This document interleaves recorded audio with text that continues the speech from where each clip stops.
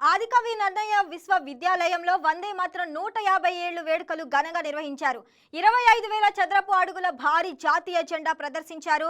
వందే మాతరాన్ని 20,000 మంది విద్యార్థులు ఏకకాలంలో ఆలపించారు. కార్యక్రమంలో వీసీ ఆచార్య ఎస్ ప్రసన్న, మంత్రి కందుల దుర్గేష్, రుడా చైర్మన్ బొడ్డు వెంకటరమణ చౌదరి పాల్గొన్నారు. స్వాతంత్ర పోరాటంలో ప్రజలను చైతన్యవంతులను చేయడంలో వందే మాత్రం కీలక పాత్ర పోషించిందన్నారు. త్రివర్ణ పథకాన్ని రూపొందించిన పింగళి వెంకయ్య ఆంధ్రుడు కావటం తెలుగు వారందరికీ గర్వకారణమన్నారు.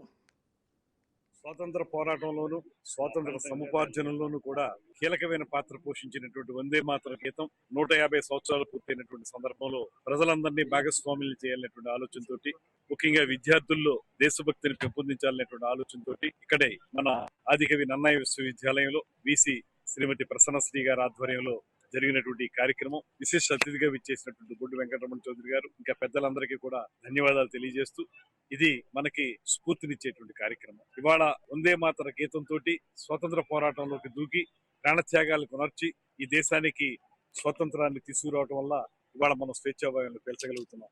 ఈ స్ఫూర్తిని మనం కొనసాగించాల్సిన బాధ్యత మనందరి మీద ఉంది. ముఖ్యంగా ఇప్పుడిప్పుడే ఎదుగుతున్నటువంటి విద్యార్థుల్లో ఈ స్వాతంత్ర స్ఫూర్తిని తగల్చగలిగితే వారిలో సమాజం పట్ల సరైనటువంటి అవగాహన వస్తుంది. తద్వారా వాళ్ళు రెస్పాన్సిబుల్ సిటిజన్స్ అవుతారనేటువంటి మాటని మనం గట్టిగా నమ్ముతున్నాం.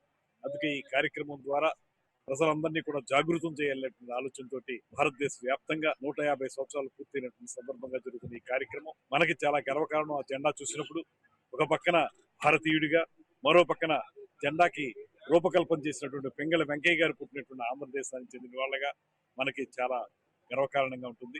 ఆదికవి నన్నయ్య యూనివర్సిటీలో ఈరోజు 150 సంవత్సరాలు వందే మాతరం గీతాన్ని పూర్తయిన సందర్భంగా ఇక్కడ మేము దగ్గర 25,000 మంది పిల్లలతోటి వందే మాతరం అన్నటువంటి ఈ సాంగ్ని మనం పాడిస్తున్నాం. దీంతో మాకు ఇన్స్పిరేషన్ ఏంటంటే, మాకు ఫీలింగ్ ఏంటంటే, ఈరోజు ఉన్నటువంటి పిల్లల్లో జనగణమన పాడేవాళ్ళు తక్కువ, వందే మాతరం పాట పాడేవాళ్ళు తక్కువ, ఇలాంటి జెండాలని మోసుకొని తిరిగేవాళ్ళు తక్కువ. కనుక ఈ జాతీయత, ఈ మంచి ఫీలింగ్ అనేది రావాలి. ఎవరైతే దేశాన్ని ప్రేమిస్తారో వాళ్ళు ఎటువంటి తప్పులు చేయరు అన్నది మా ఫీలింగ్.